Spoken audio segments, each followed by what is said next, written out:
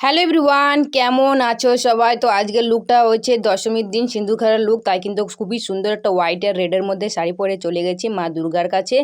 তো সত্যি কথা বলতে গেলে এই ভিডিওটা পোস্ট করতে আমার একটুখানি লেট হয়ে গেল, কিন্তু লেট হতো না, আমি জাস্ট টাইমে পোস্ট করেছিলাম।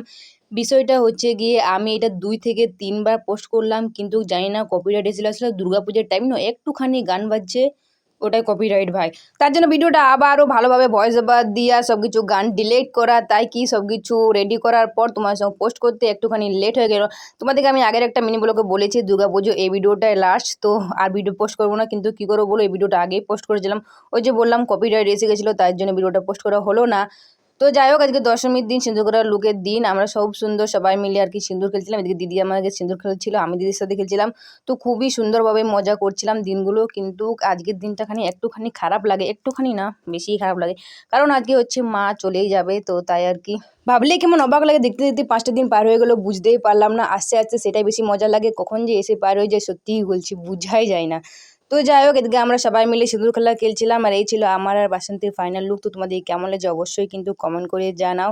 আর দিনগুলো খুবই সুন্দর কেটেছে। এখন আমি ভয়েস ওভার দিচ্ছি, খুব ইমোশনাল হয়ে যাচ্ছি। তো যাই হোক, এখানে জানি না আমাকে সবাই মিলে সিঁদুর পড়াচ্ছিল কেন ভাই, বুঝতে পারছিলাম। আমি এখনো মেয়ে, আমি এখন মহিলা হয়নি। তো এই ছিল আজকে ভিডিও, কেমন লাগলো অবশ্যই কমেন্টে জানা। চলো বাই, টাটা, সাবস্ক্রাইব।